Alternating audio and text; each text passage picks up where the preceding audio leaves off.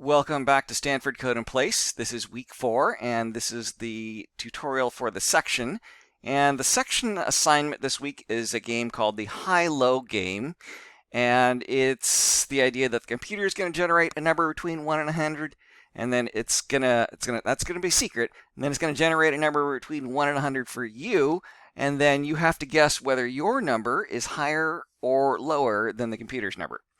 Now, I've already recorded a video on a different problem, which is very, very similar, called Heads Tails. And as you might imagine, it's a game where the computer flips heads and tails, and you guess. And I won't go through the whole video. I'd encourage you to watch it on my channel, but I'll quickly summarize the important points from it.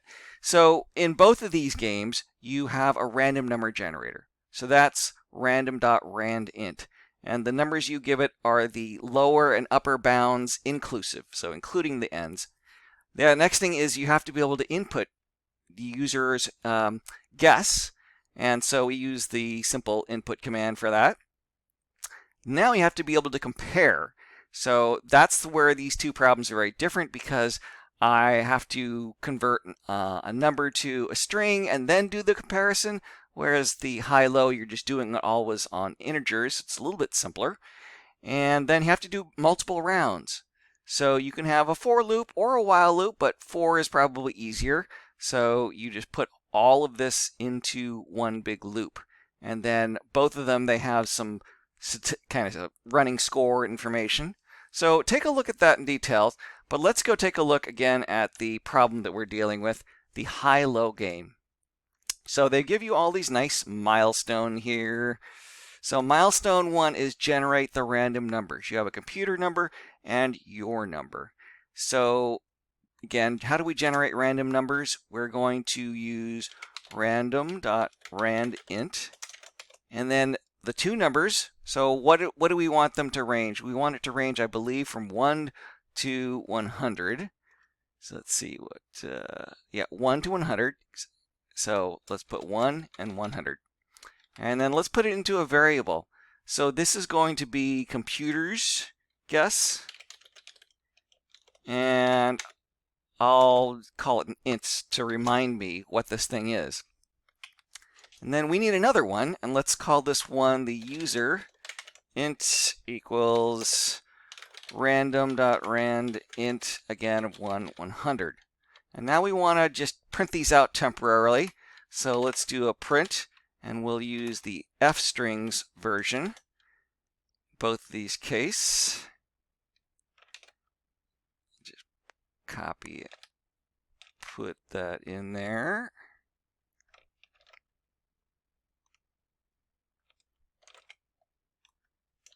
Okay, and so the f strings, you put the f outside the quotes. It's a little bit strange. You haven't seen anything like it. There is nothing else like it, but that's what it is. And then we're going to put the computer's number.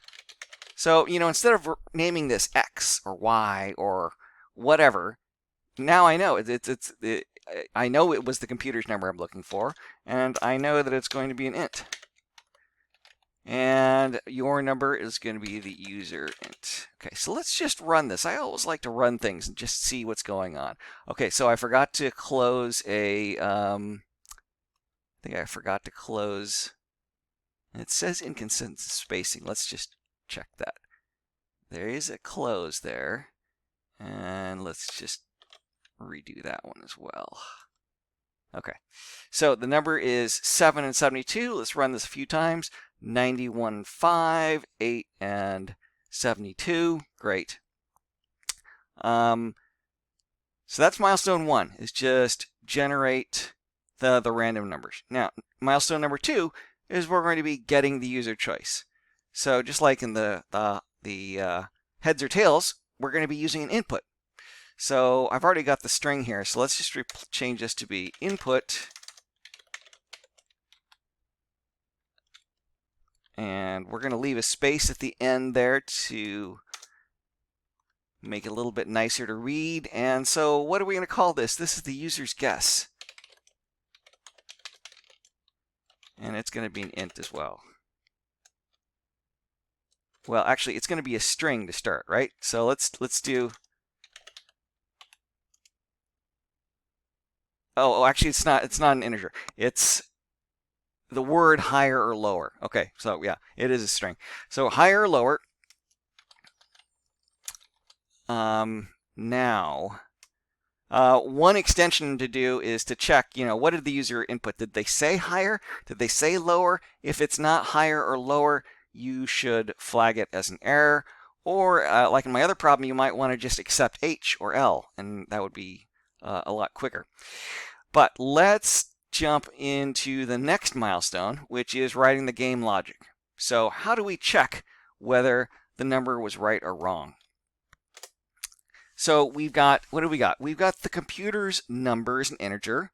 We've got your number as an integer. And we've got a string that's either higher or lower. So what are the ways to win?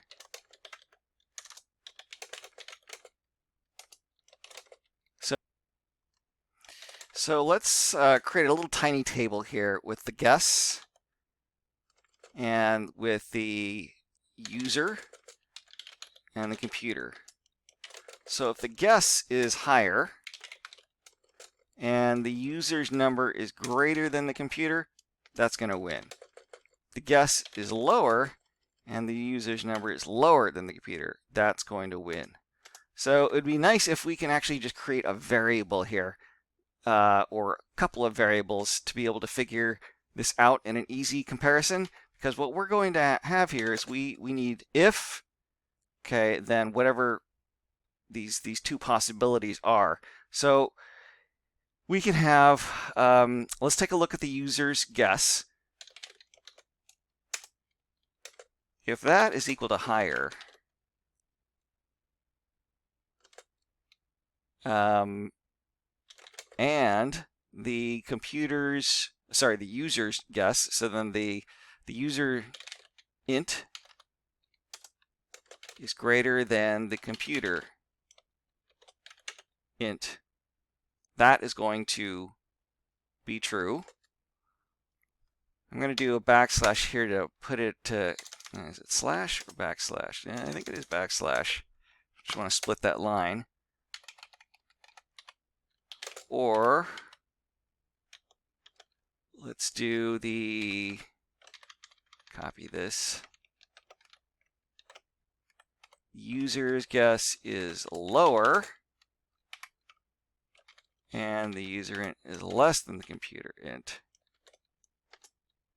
If that's the case, then we're going to jump in here and print. Let's just try running that much. Let's see. Okay, so what was wrong there? Is a mix of tabs and spaces. Okay, I'm not sure what's going on with that, but let's redo that. And closing parenthesis. Okay, I didn't like the squiggly braces because I haven't put that in yet. Let's go ahead and change this to be an F string. So the computer's number was, yeah, okay, so the computer's number is, so the computer int. Let's put that in. Let's try running that. And I forgot a close paren. Okay, so the computer's number is 2. Your number is 68, so I'm going to guess higher. Okay, so what happened there? Oh, higher. Oh, yeah, I need a quote.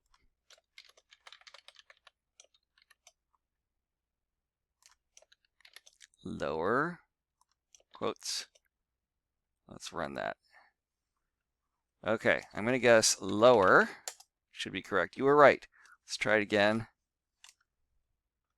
Let's guess higher. Now, it's not going to put anything out if I'm wrong. Let's try it again. I want to see if I can guess. Okay, here, perfect. Lower. So this will test the other case. So my number is lower than the computer's. You were right. Okay, so we got that part. Let's do the else. And then let's do the print.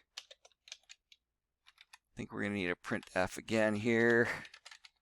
In this case, the computer int is still that. Okay. So milestone 3, game logic. So let's try running this now that we've got the other case. So let's try to be wrong here. Your number is 43. Let's say I'm higher.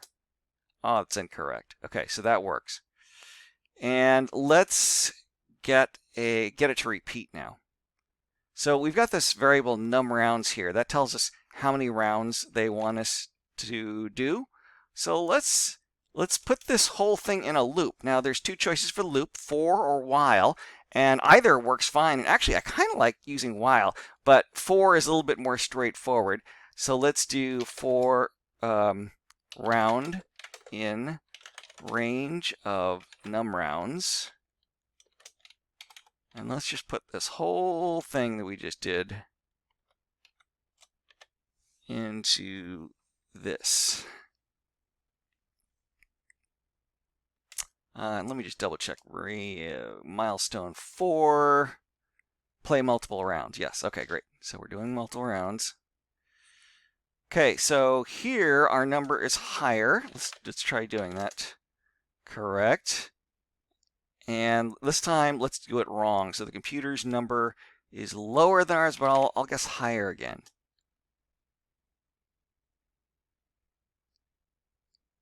Oh, no, I was actually correct about that. Okay, your number is 70. Let's say lower. This should be wrong. Oh, that's incorrect. Okay, good. So this part is working so that we know that it's looping back and forth. Now, we need to keep score and put an extra line out here. So let's have a score. So we need a score variable somewhere. Now, where do you want to define score and set it the initial amount? So let me do this right here, first of all, and say score equals 0. And then down here, only in the case where we're correct, do we do score equals score plus 1. Now let's think for a second, what would happen if I didn't put scores equals 0 here, but instead I put it inside the loop? What would happen? That would mean that each time we do another round, it resets the score. And so the score is always going to be 0 or 1. It's never going to get higher. So we got to make sure that's always outside the loop. But we need to actually print the score now. So let's print F, your score is now score. And let's print a blank line. Let's try running that. Okay. So I'm just going to always guess higher, and let's see what happens. Okay, so this is going to be wrong. Higher. We're wrong. Higher. That was incorrect as well. My number. Okay, let's higher. This one should be correct. Okay, so we got 1. And we got one more round, and I'm going to guess higher again. So score is 2. So we seem to have all of those five rounds. Now, should we take a look at the extensions? Let's at least talk about the extensions. I won't go through the extensions. Let's talk through them. Safeguarding user input. So if you put something other than higher or lower, they want you to flag it and put this error message there. So how are we going to do that? So here is where the guess is. So we need to have a check afterwards that's going to say if the input is not either the string higher or the string lower, then you're going to need to do something. Now, if we're clever, maybe we could integrate it here, but the problem is that here we are doing multiple checks. One thing that you could do is split this if into multiple layers of if. So have one if the guess is higher, else if the guess is lower, else now you put the error message. But within the higher, you're going to now need to check if the user int is greater than computer int. And in the lower, you're going to have to insert the check user int less the computer int before you print. So one way or the other.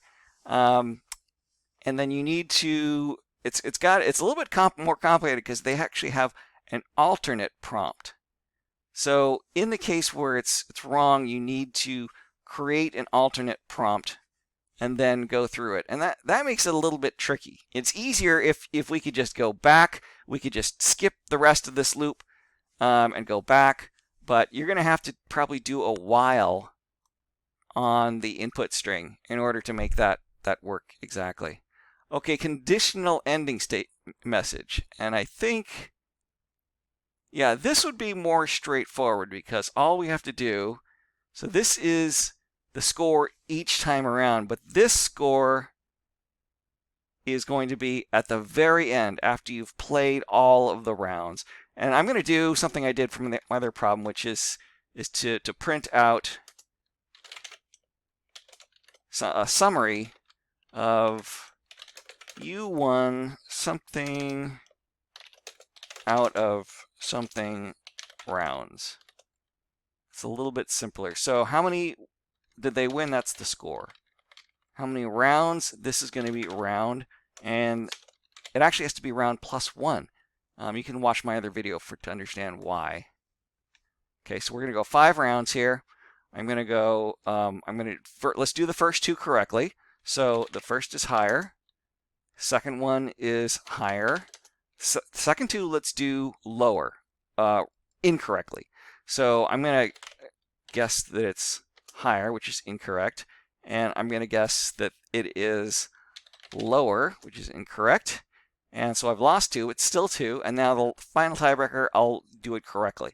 So higher. So I won 3 out of 5 rounds. Okay, so that's pretty much what they wanted. They have some specific words they want you to put there, but that's some simple examples there. So just like in my other problem, let's quickly summarize what did we learn, what did we use in this problem. So this problem is about several things. One is random numbers, so you have to be able to generate random numbers. 2 is about getting user feedback, and we've done that before. This time it's a string. We don't have to do any conversions. The third thing is the game logic, and this is really the harder part, which is doing these multiple comparisons. And I did them in line here, but you could also take these comparisons and then sign them into a variable, and then you can just check that one variable. It's either or. Since we don't have to repeat this calculation, use the calculation multiple places, I think it's cleaner just to put it there, but whatever you prefer. And then there's this idea of keeping score. So you got to initialize the score at the very top. You got to deal with the score each iteration through, and then at the end you have to be able to print that score. So those are some of the things that's involved in this problem. Hopefully that was very clear, but if it's not, the great thing is go take a look at my other video on the heads tails game, and you can go through the same thing. I would encourage you to definitely try the problem on your own before you take a look at how I solved it.